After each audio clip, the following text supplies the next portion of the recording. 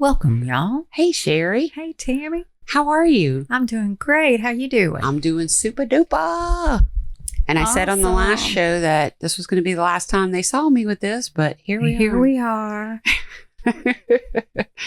That's because the last show, obviously, since y'all know me, I'm not wearing the same outfit over and over again. This show's 5 minutes later. Yes. Here we are. Yeah. But it's good because the holidays are coming up and we want to make sure we have enough episodes in the can, as they say in the professional world. You're not missing us. Everything's going to go smoothly. Whenever you're sitting there with your family and you're thinking about killing them, you can, switch lanes and hear about somebody else murdering. I love that. Mm-hmm. Love it. I listen to true crime with the whole time my family's over. Not my kids, but So you switched to Coke Zero. Yeah. I know. I understand. But that was such a pretty drink. I'm going to go home and put on some pretty pajamas and have my little fun glittery cocktail. Mm-hmm. Awesome. So you're going to tell me something bloody and gory. It is a horrible story, and I cannot believe I haven't come across it. Okay. Because it fits in with my normal search criteria for this time of year. I think I've been recording with you for at least 3 holiday seasons, but probably maybe 4. Yeah. And I just can't believe I haven't come across it yet. Okay. Well, I'm very curious. I'm assuming this is going to come out sometime between mid-November and early December. It's my assumption. Yes, you're right. It's going to be toward the end of November when this comes out. Yes. Yep. So I'll be a year older by the time y'all hear this. Oh, you shall have a birthday. Mm-hmm. All right. And of course, his name gets me. This is the one I called you about to have we ever done this? Because I looked through all my notes. I searched through every podcast we've ever done because I can't believe we haven't at least touched on this. Nope. Richard Gene Simmons. Okay, are we going to call him Dick? Are we going to call him Gene? Let's call him Dick because he goes, not Richard, sorry. Oh. I wrote that at the top. Ronald Gene Simmons. Yeah. But we can still call him Dick because he's a dick. Okay. Anyhow, 1987, the movies were pretty good, but a little bit on the girly side. So we 16 Candles, maybe? No. Dirty Dancing, Moonstruck, and Fatal Attraction. Oh, nice. The Simpsons came out on the Tracy Ullman Show. Mm-hmm. Michael Jackson released Bad. YouTube released Joshua Tree.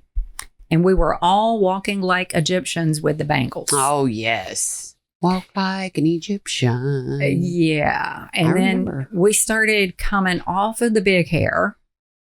Hair was a little lighter and a little lower. We still had a little poof at the front, but not the giant anymore.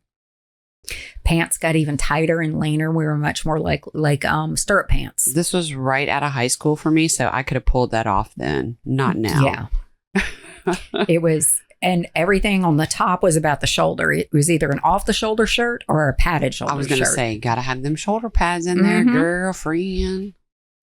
And, of course, this is where this story kind of culminates, but we're going to go back to the beginning.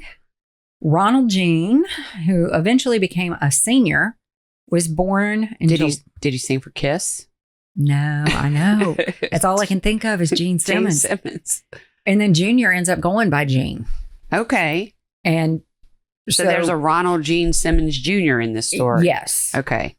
Yes, that's how he eventually became a senior, was by having a junior. Gotcha.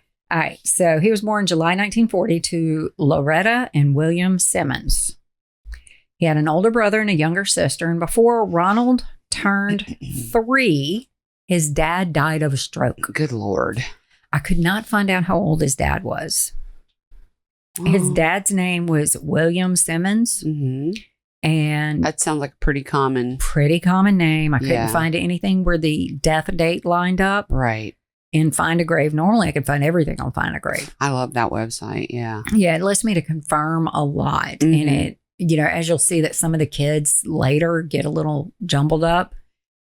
And the way Find a Grave puts your decedents, the decedent and all their not ancestors, but what would you call everybody that comes after them? Progeny, their children, grandchildren are kind of listed. Well, what do they usually say in there? Survived by. Yeah. So their survived by is in there, and it helped me keep track which child belonged to whom. Yeah.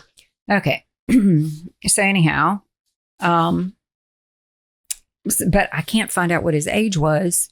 It's unlikely he was over 50, having small kids. It's possible. I mean, even today, people die very... Harold, what were you opening? Nothing, he said. A Bud Light. Okay, sorry. I was distracted by the sound of the can. All right. Can bottle. Dad died when he was 3. Yeah. Gotcha. Suddenly of a stroke. It happens. It happens, but rarely. Normally, there's got to be a good reason for a young person to have a stroke. Yeah. Okay. They lived up in the Chicago area. Chi-town. Mm-hmm.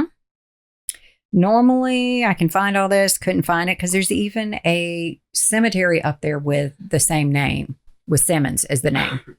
Really? So, doing internet searches, I was getting every William and Simmons cemetery. Mm-hmm. And after 20 or 30 misses, I just gave up.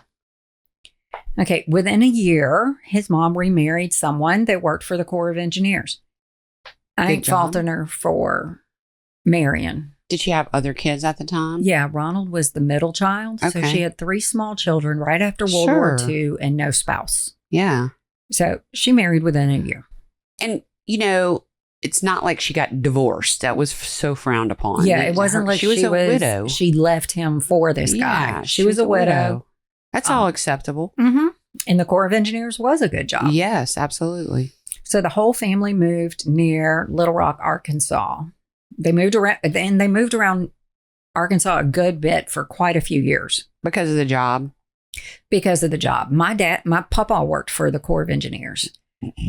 My mom and them did not move around. He came home on his times off. Okay. But I could see that a woman my grandma could handle anything. Yeah. She had handled everything while my papa was in World War II. So she just stayed home and kept things going, went to college, all that kind of stuff. So, but they moved around and followed him. Do you think young people know what the Corps of Engineers was doing like back then? Probably not. They were kind of putting in an infrastructure after World War II. Yeah. So dams, roadways, building projects, bridges, stuff like that. Yeah. Okay. So his siblings said that Ronald was a horrible person. He bullied them relentlessly, as well as the pets. Wow. Others later said that he treated his own children the same way. That if they had a weakness, he exploited it until he broke them. In 1957, Simmons left high school and joined the Navy. While stationed in Washington, he met Basabe Rebecca, quote, Becky Ulibarri. We're going to just stick with Becky. Okay. For the rest of the story. Don't even need to explain anything But further. I wanted her real name in here once. Because most of the resources I went to never listed her name. Maybe. They just kept her as Becky Simmons. Maybe this hasn't ever crossed your radar because it just sounds like there's not a lot of good information on this story. Oh, there's a pretty good bit of good information. There? Okay. Yeah, I came across some of the legal documents and stuff like that. Okay. But it's just those side questions that I'd want answered. I couldn't. Gotcha. But anyhow, and so that is my best pronunciation. I got it off the internet. If I screwed it up, oh well. But we're going to stick with Becky. They married and they had 7 children over the next 18 years. Holy crap. Now, these kids would be about mine and Tammy's age. 7 kids then was a very odd thing to have happen. Did you have a lot of friends who were part of 7? I mean, I had a friend who was Mormon and they had a bunch of kids. No, most people I knew had like 2 or 3 kids in their family. We had one family that had 4 in my graduating class. And that was strange. And it was strange. Okay. All right. So, he only stayed in the Navy a little while and then transferred over to the Air Force. He ended up in staying staying with that and serving with distinction until 1979. He worked for the Air Force Office of Special Investigations. So this guy is our parents' age. Fancy. No father.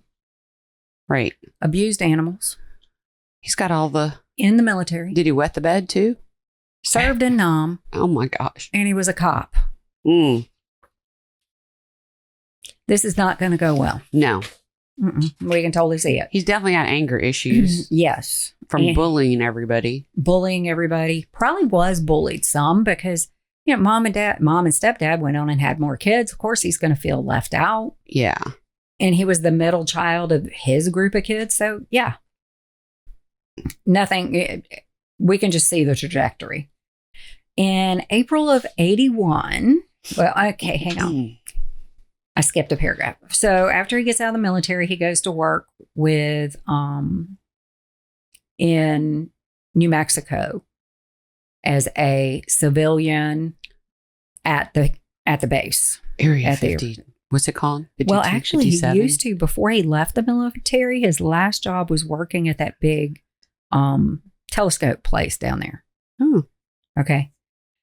So in 1981, allegations surfaced that Sheila Williams, Ronald and Becky's 17-year-old daughter, says the second child, was pregnant with his child. Yuck. That's what I told you. This is like the craziest freaking case for us to not have heard. And this came from an anonymous tip to DFS in New Mexico. And they opened an investigation. Good. Obviously. Good. The part that pisses me off is that he had 4 daughters in that house, not just Sheila. None of them should have been there for 5 minutes after that. Yes. Yeah. But it was the 80s. Yes. The neighbors, including her high school principal, knew what was going on. What the fuck? Sheila and Ronald would drive around with her in the front seat, slid over to the bench seat beside him like they were dating. Wow. Okay. But everybody kind of had the concept of somebody else will handle it. Well, I obviously don't like him, but I really don't like the mom, Becky. I don't either. She should have done something. I want to be nicer to her. Nope. She should have done something. And I touched that a little bit on here later. Okay. Becky, meanwhile, has no money, no telephone, is only allowed to communicate with her family by mail. Yeah, he's controlled the shit out of her. And then Ron quit giving her stamps. Wow. So she had to start sneaking letters off to her neighbors to have them mail them. Now, I didn't touch this part of it. This is 1981. He was in Saigon until it fell. So is he controlling her from Saigon? That's what I'm thinking. He only had 6 years to get that, 8 years to get this kind of control over his family. And he worked during the day. I don't know. It's a little crazy. So she was sneaking letters. He would let her only go to church or the grocery store.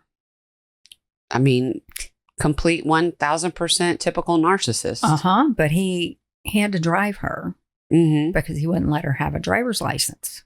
Yeah. He's controlling her to the point that she has no other outlets. And if you've ever been in a controlling relationship, these breaks, like going to church or going to the grocery store, you can't enjoy them because you're going to have to suffer. Yeah. You're going to have to pay a cost for anything he gave you. Wow. He's going to go home and think about, she didn't put the glasses in the cabinet exactly how I like them. She's horrible.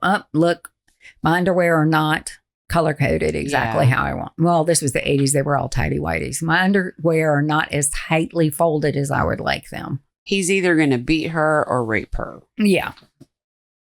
Okay. So, you're going home to a monster, but this is where I put it in. I'm still pissed at Becky. It appears that she felt more jealous and demoralized about his relationship with Sheila than she was protective over Sheila. And let's quit calling this, although most resources I looked at called this a relationship, It's incest. It's incest and it's rape because it started when this child was 16 freaking years old. And if he controlled that much of her mother's life, how much of her life did he control? Even more, probably. So anyway, the investigation goes on and Sheila finally confesses that, yes, her child is also her sister. June 17th, 1981, Sylvia is born. The girls, now there are 5 of them in the house, are still in this freaking house. And, there was some butt covering by the different groups, DFS, local law enforcement, state law enforcement, but they dropped the ball. They were all saying, oh, DFS should have handled this. Oh, local PD should have handled this. Finger pointing. Do you know who she admitted to that it was her? She actually on the stand. Oh, okay. They made her give grand jury testimony. Okay. So I'm assuming that kind of happened later. Not much later. Okay. But they had to go in and she had to, I guess some places have things where you have to kind of swear out a warrant. Okay. You've got to give on a testimony. Penalty of perjury testimony before they do a warrant or to get a warrant. Gotcha. So finally on August 11th, now this call came in April. Wow. On August 11th. The wheels of justice. Mm-hmm. Meanwhile, there's 5 little girls in this house. Right. On August 11th, the deputies get a warrant for Ronald's arrest. And they head out to the family's home to arrest him. He surrenders. The entire family goes into counseling and they all live happily ever after and stop the cycle and all the grandchildren are perfect. Oh my God. Of course, that didn't happen. After 4 months of investigations, where these people knew they were being investigated, it's not like they were gathering information quietly. Right. They fled. Wow. Nobody was home. Where'd they go? Whole place is abandoned. And now we are before the age of the internet, but Ron has a military pension. So they find him and lock him up and everybody recovers fully and have gone on speaking tours about how to get out of an abusive relationship. No, no one tracks him down. No, different agencies did some butt covering again here as well. And it boils down to no one did their job properly and went to save these babies. One of the babies, Becky, had a child at almost the same time that Sheila had a child. So number 7, little Becky, they actually called the youngest one of Ronald and Becky's children, little Becky. Becky was just a few months older than Sheila's baby. Wow. So it comes out that Ronald Gene Simmons Jr. was the one who had called and reported the family. Good. Yes, he had grown up and after leaving the family had seen that their way of life just wasn't normal. It wasn't how you were supposed to live. Yeah. So he made an anonymous phone call. Good. So anyway, the rest of the Simmonses had moved to Arkansas. I think they had one other son that had moved out right then and along with Gene in New Mexico, or he might have just ended up in New Mexico. Okay. I can't make out if another son, Bill, had been to Arkansas with them. Gotcha. Because the order is Gene, Sheila, Bill. Okay. And so it seems a little unusual that a 16-year-old would have left home, but it's possible. Yeah. Okay. I mean, because I moved out at 16. Yeah. So they moved to Arkansas and they drift around for a little bit. They end up buying 14 acres rurally and building a weird home. It was 2 rundown trailers kind of tied together with additions that fit the family. Jeez. They built a fence around the compound. Yes. I think that's an appropriate word for what's going on here. And they called it Mockingbird Hill. Oh, Jesus. Yeah. Well, Sheila gets pregnant with one of her father's children again, but this one gets aborted. And of course, nobody reports this. Nobody makes a phone call. Nothing. It was 83, so abortions were legal for about a decade, but they just weren't that common. And normally you'd kind of have to talk a doctor back then into why. Right. So he would know something. I have a feeling he knew something. Yeah. Okay. The family does have their pension and land in rural Arkansas. That land was pretty cheap back then, but Ronald still needs to work. And there's some disparity. I read a book on this week. He said he never got his pension. That's why he had to work. I'm not buying it because the cop said, our bad, we didn't track down where he got his pension. And also the work he was doing when he first got to Arkansas before they got the, 14 acres. Yeah. Mockingbird Hill. Right. No, it was a rat trap compound for you to abuse your wife and children. It was not some grand estate. Of course. He worked for like the VA in record keeping. I mean, he was working for adjacent to military groups in near Little Rock whenever they first got there. Where they ended up was outside a good bit of Russellville, Arkansas. I mean, they were pretty rural. Russellville was where he ended up having to work later because that was the closest driving to his little compound. Yeah. Yep. So they ended up living not even in Dover, Arkansas, which is too small for me to have heard of, even though I'm just in Louisiana. But outside of Dover, Arkansas, which is outside of Russellville. I'm picturing they must have lived in a town like Satsuma. Yeah. Little tiny, and that there's a closer one and then a city, right? Yeah. So, and there was no indoor toilet. Ew. There was one toilet in the house, but it was broken through this whole time. This is the 80s, bro. Yes. So his two oldest sons are gone. He's still having children with his oldest daughter. Well, that one didn't get delivered. Oh, that's right. Okay, so at this point, they've got between him, well, just him. He's got 8 children because he's got one with Sheila. So 7 children. So the 2 oldest boys are gone. Sheila grew up here and moved out. Good. Got married. Good. Had another child. Hopefully she realized that what she was being put through, subjected to was wrong, and then she maybe blew the whistle for her little sisters. Well, her spouse was sitting in, before he became her spouse, one afternoon was sitting in the living room waiting for old Ronald. And when he got in, he said, "Hi, I'd like to introduce myself. I'm going to take your daughter out of this hellhole, and if you ever lay another hand on her, I will kill you before you get the chance." Awesome. And took her out of there. Awesome. Yes, that was awesome. Okay.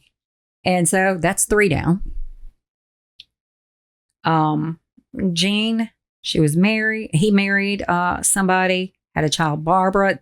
They got divorced, but they're trying to reconcile. So this is kind of the family dynamic.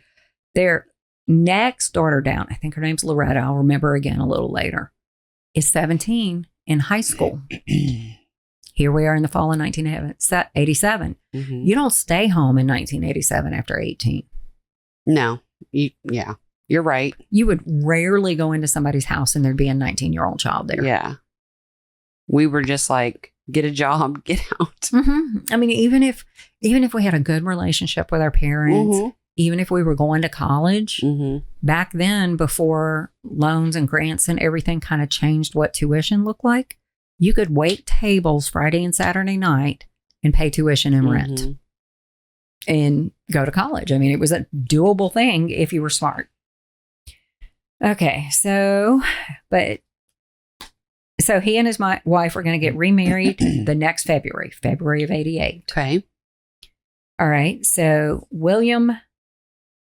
Bill Simmons, that's the second son. He's married with children. And then Loretta is the daughter. She wants to move out when she graduates, move in with her brother in New Mexico, her brother Bill, who's got a happy marriage. They're very solid. Do we know if she was being... We don't know. Okay. All right. We don't know. And he never admitted to it. And there's no paperwork that says so. Okay. But she wanted to go to college with her brother. But regardless of whether she was being touched, her family was an abusive family. Even if she wasn't personally being abused, seeing that, being around it, living through it, totally destroys who you are. Understand. Okay. So that would only have left 3 kids and Becky. Yeah. After all these people that he had under this firm control. So Ronald cannot keep a job. He gets fired mostly because of how he treats women. At work. Uh-huh. This is not the military, Bubba. Well, I'm also thinking like, this is back in the days of the 9 to 5 movie where women are still, I mean, like they're still objectified at work, but they're heavily, but they're trying so hard to break the cycle. Just getting our heads above water. Yeah. Ooh, that was loud. Sorry, y'all.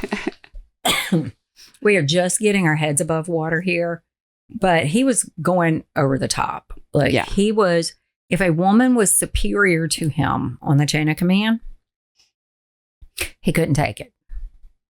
If a woman didn't automatically fall all over him whenever he made sexual advances to her, what a pig. He couldn't take it. He got in trouble for basically being assaulting young women and just being an ass. This is not shocking. Mm-mm. Ronald. Okay. Yeah, Ronald. That's tiny dick energy there. I love that. Tiny dick energy. Yeah. Did I make him shake his head? No, he put his head down and rubbed his eyes. Oh, okay. So I'm boring him. No. Okay, now we're coming up on the holidays of 1987. All right. The family has been living in Pope County for a little more than 4 years. Mm-hmm. In their compound, their beautiful, Pleasant Hill. Pleasant, yeah. And the kids know that Becky, all the kids, especially the adults, I'm not talking about the little ones, but the adult kids, of which there are 3, 4-ish, know that Becky is finally making plans to leave Ronald. Wow. She had a couple of false starts and came back during these 4 years. But now she kind of knows how to get out and what she's got to do. And with one less mouth to feed, because Loretta's going to go live with Bill. Yeah. Good. Yeah. Right. Okay. So she had one last wish, though. And that was, of course, when she leaves him, it's not going to be like she leaves him and the sky's going to go open up and it's going to be sunshine and roses. Right. She's going to leave him and have to work her butt off 2 jobs. She hasn't worked since she was 16 years old. She's got an uphill battle. She's got an uphill battle no matter what, but it's better than where she's at. Sure. I wish she would have done that a long time ago. Before he started. Trying not to be judgy McJudge. I can't judge her for that. I'm sorry. I cannot see any situation. I would rather live under a frickin' bridge and pick berries to feed my kids than to put them in that kind of danger. I'll be judgy. I will. I mean, of course, I'd probably be in prison if something like that was happening. Well, it would have never got that far with us if we had been. Yeah, nobody would have ever touched my child. Yeah. Well, no one, you and I wouldn't have ever let anyone treat us that way, like he treated his wife. Yeah, yeah. And then I could play the game pretty well if somebody's going through a weird time. But when you start barking orders that's going to start hurting the family. Yeah. Right. It's over. You should have left when you didn't have indoor plumbing, girl. Or indoor toilet. Yeah. And probably the moment he retired, things really went downhill because they couldn't have earlier. I mean, he had a job where he had to commute out into the desert to the telescope place. They couldn't have been that crazy. Maybe a little bit. And maybe that's what did it, because he was only home a little bit. And so she got so used to bowing to his will when he was there that when he was there all the time, it changed things. Yeah. Okay, so she wanted this one last hurrah of a family Christmas. Oh, girl. Yeah. You can have that once you get away from him. So Ronald seems to be all for it. He buys a Christmas tree. He starts fixing up the property and purchasing presents. Wow. Yeah. He had the kids dig a new cesspit because he still hadn't put a bathroom in. We're going to get a fucking new shithole here for you guys. Exactly. Your mom wants a nice family holiday. And plus, it kind of needed to be done before the ground froze. Harold's losing it. It's fine. I can't.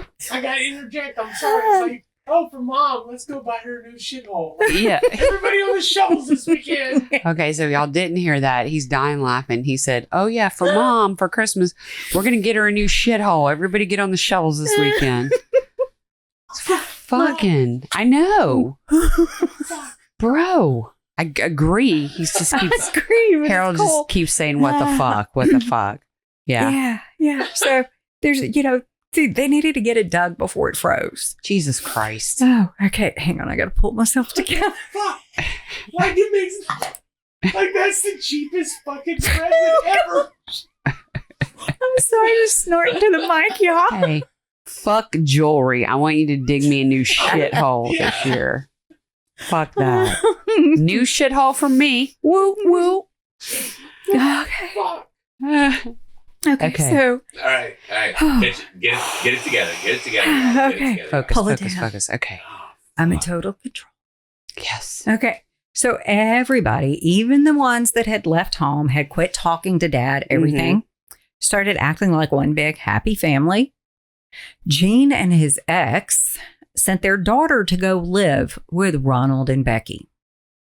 Keep in mind that Gene knew about this and called the authorities on this. No. Why would he? Okay, stop. Yeah. I'm over this. I am over people not looking at these girls like something to be protected.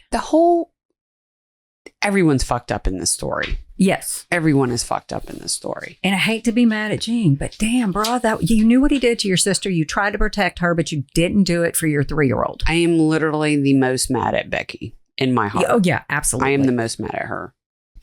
So that is no mother. That is no mother. Ronald had finally found a job he could hold on to. Now, this man was a highly decorated Air Force guy. Wait a minute. Let me guess. He worked at the local Hallmark store. He was the night shift at the local mini mart. Well, that's probably because there were no women there at the night shift at the local mini mart. It was just him. Yeah, and anybody that came in that he was rude to, they were probably drunk and forgot about it by the time they got over it. Okay, so he quietly quit his job December 18th of 1987. And this slightly alarmed some people that knew him.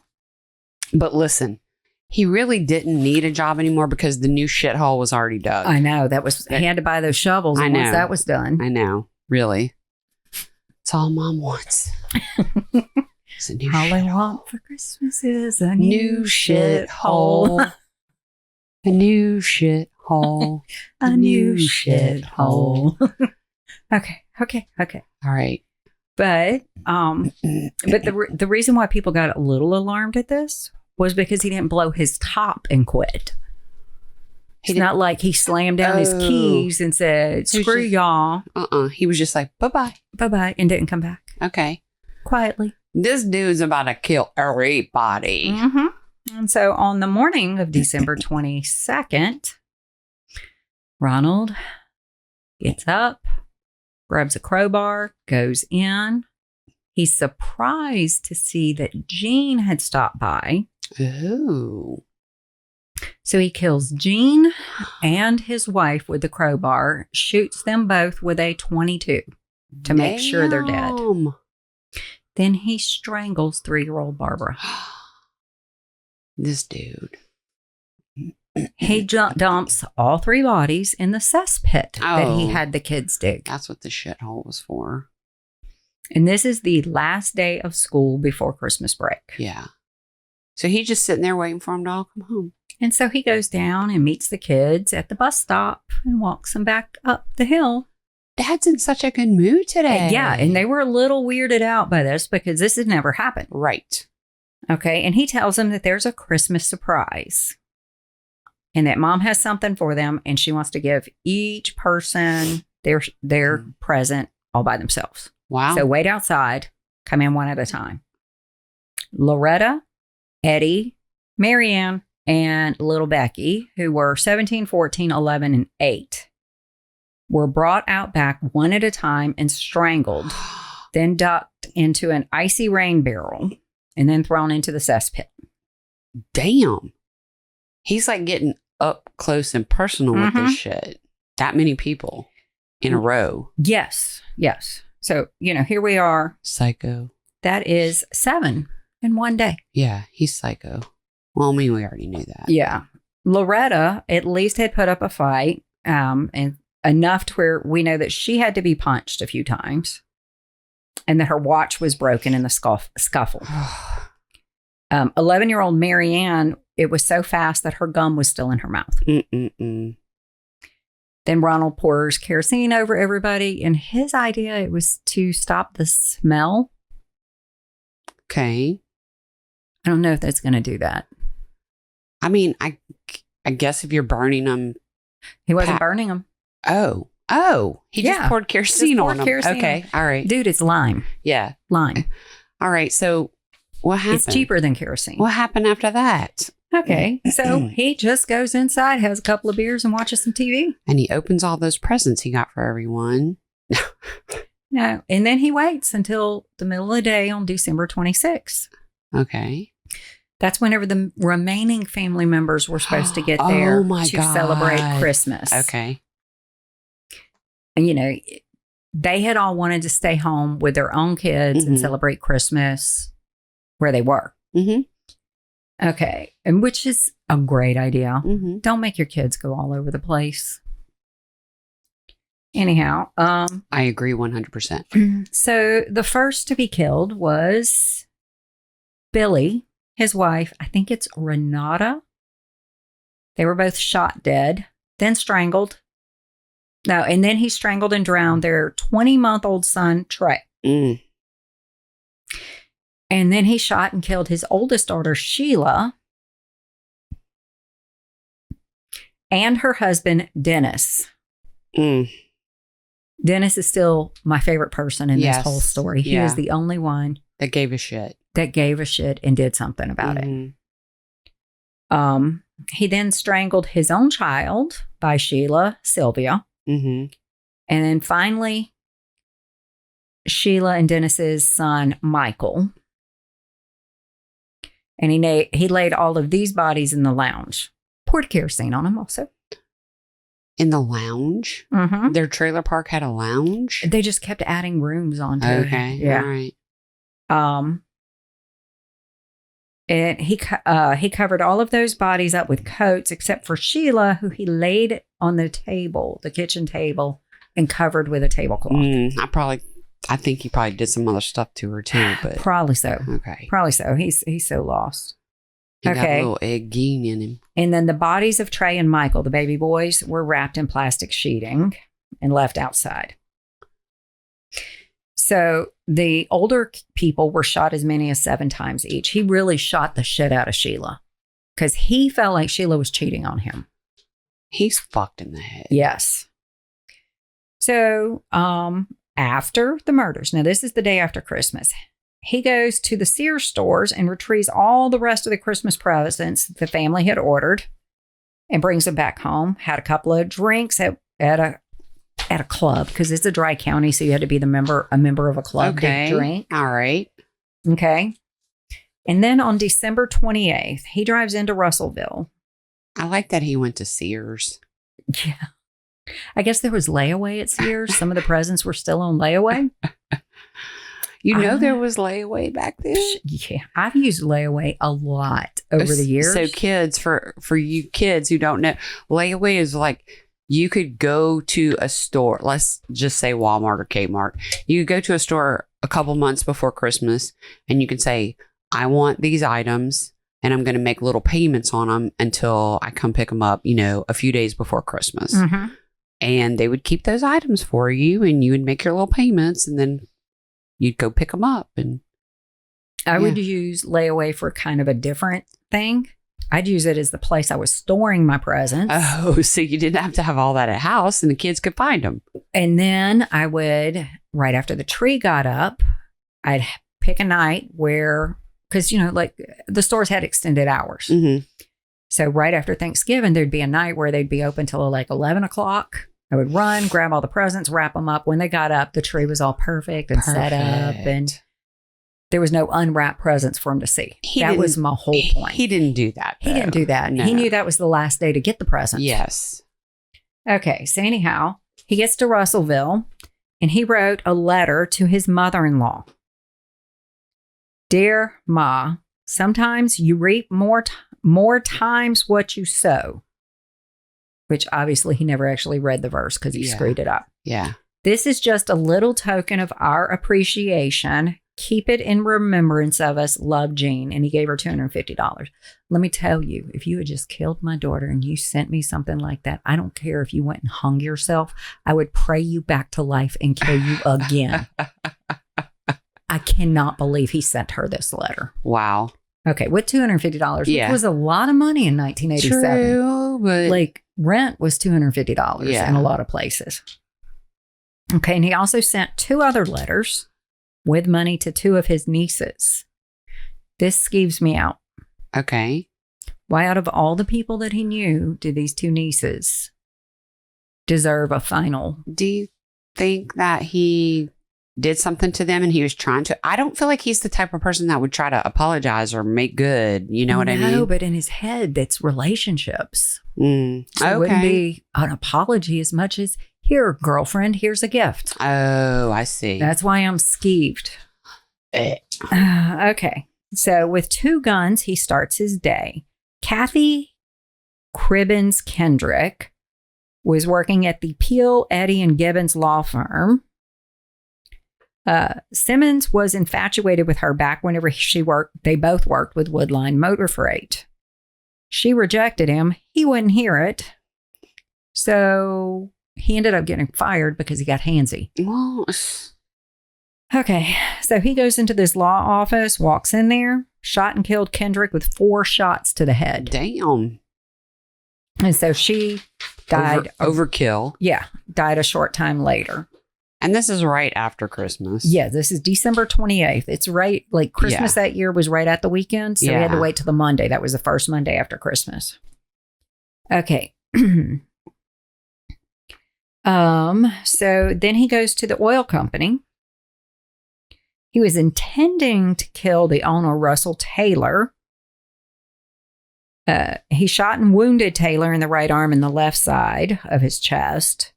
He killed a firefighter who just happened to be stopping in, James David Chafin. And with 1 shot to the head at point blank range. I think he was heading this way and Chafin came around the corner and saw him, and it was just a done. Wrong place, wrong time. What do they call that? Casualty. Shit, I can't think of it. Okay, never mind. Go. Wrong place, wrong time. We'll stick with that. Yeah, we'll stick with that. But I know what you're talking about. Yes. And it's the thing that women are bad at taking. Anyhow. Okay, so he had just returned from, the firefighter had just returned from a car fire and had just stopped in and got shot. So Simmons also fired at a clerk who escaped by ducking behind boxes. Let me tell you how close she came to dying. It parted her hair. Oh, damn, girl. As she was ducking. So she played dead. Good for her. Smart. Okay, so the call for that shooting came in at 10:27. So the earliest that shooting could have started was 10:25. Are we talking about AM? Yes. Okay. So for all of these shootings? Right. Okay. So he's Monday morning going. Oh, no, that was the second shooting, was at 10:27. So it was about 10:20 when the first call came in. Simmons then drove back to Main Street to the Mini Mart. Shot the store owner once in the forehead. One of the employees got shot once in the jaw. That was Roberta Woolery, and girl, she was able to give. You drinking Coke Zero? I know. You know you ain't got a buzz. But Roberta, that is not an easy. Roberta Woolery. I'm messing with you because I say shit wrong all the time. I know. I would have done better to stick with my little vodka and lime. Anyhow, she recognized Simmons as soon as she got in there, and she lived, so she was able to give testimony. Good. I was hoping when you said he sent money to his mother-in-law that he was actually going to have killed himself at the end of this, but it doesn't sound like we're that lucky. No, we're not. Let's see. He turned, faced her before he shot.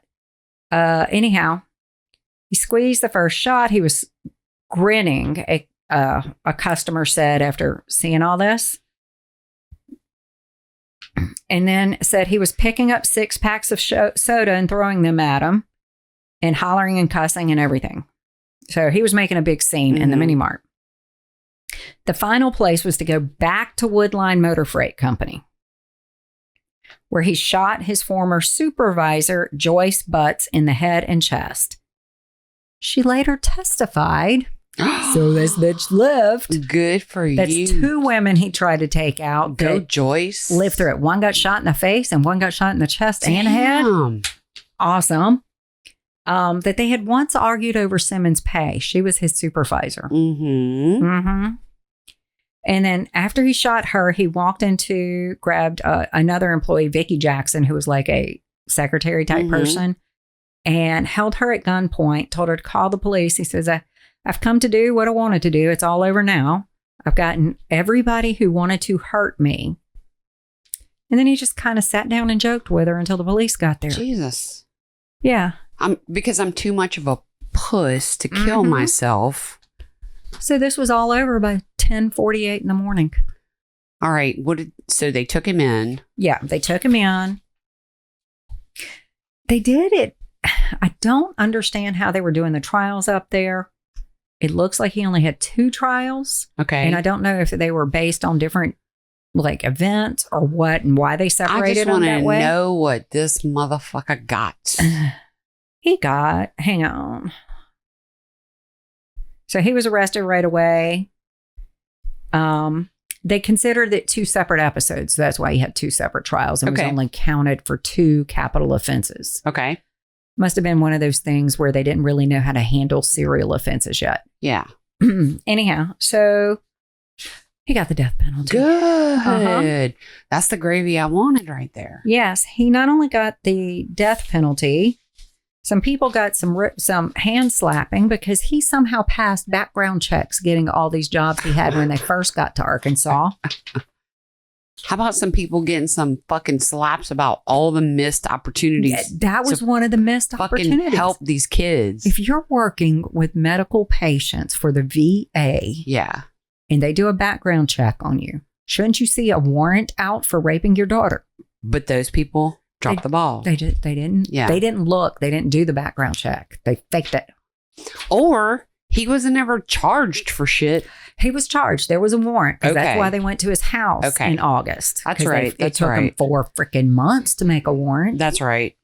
Okay. So anyhow, I'm totally shocked I didn't know about this case. It's a holiday killing. Yeah. I always do holiday killings every freaking year. Yep. Sometimes 2 or 3. It was pretty close by. This is just Arkansas. We like to do somewhat close often. It was the largest case of familicide in the U.S. Wow.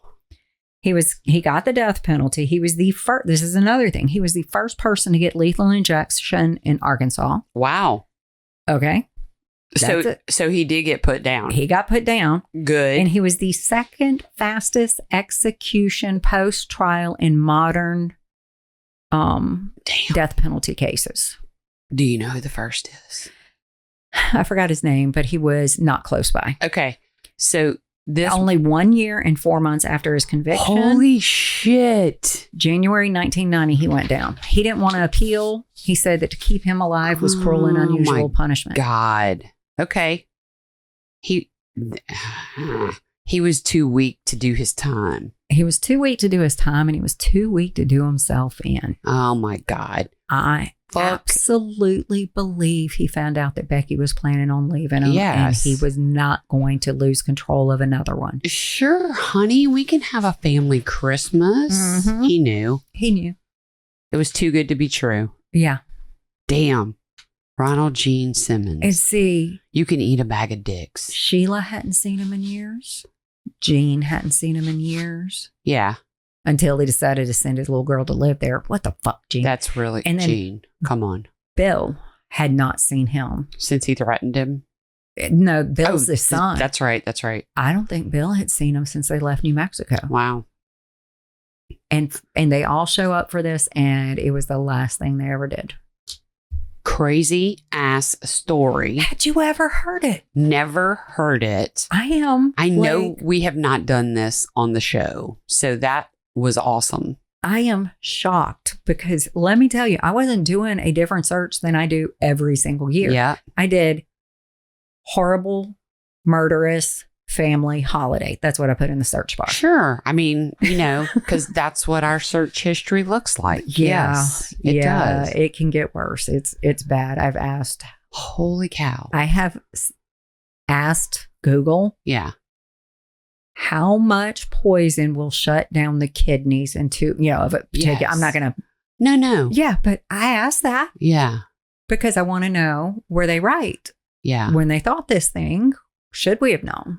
Like, there are things that we should know, that a doctor should know, that sometimes we miss. Like, every freaking person missed what was going on in this case. Yeah. They knew it and they didn't do their job. Sometimes doctors don't. That's really sad. Yeah. Oh, thank you for that story. Thank you, I think. Yeah.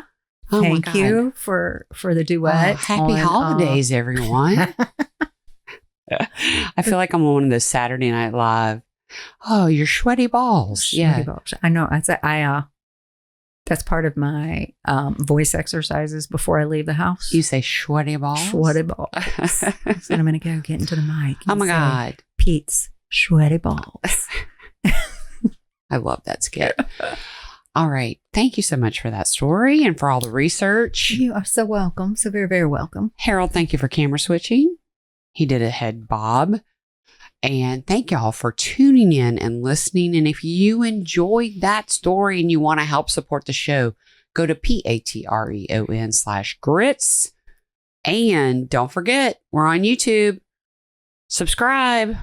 If you want to see what we look like, go watch us and subscribe. Although today is a little rough. Yeah, it's raining out there. Listen, I actually put a little makeup on today, and I don't usually have makeup on. One of those things coming out of there. What did he say? You look like a Oompa Loompa with one of the things coming out of their head. I look like because a of Oompa the way Loompa. your hair looks. Oh, Lord, I do. You got a little thing. Why didn't anyone tell me this before? Because I'm not allowed to talk. Oh. But you did talk. At the end of the show, I decided to tell you. Loompa, doopity doo. It's okay.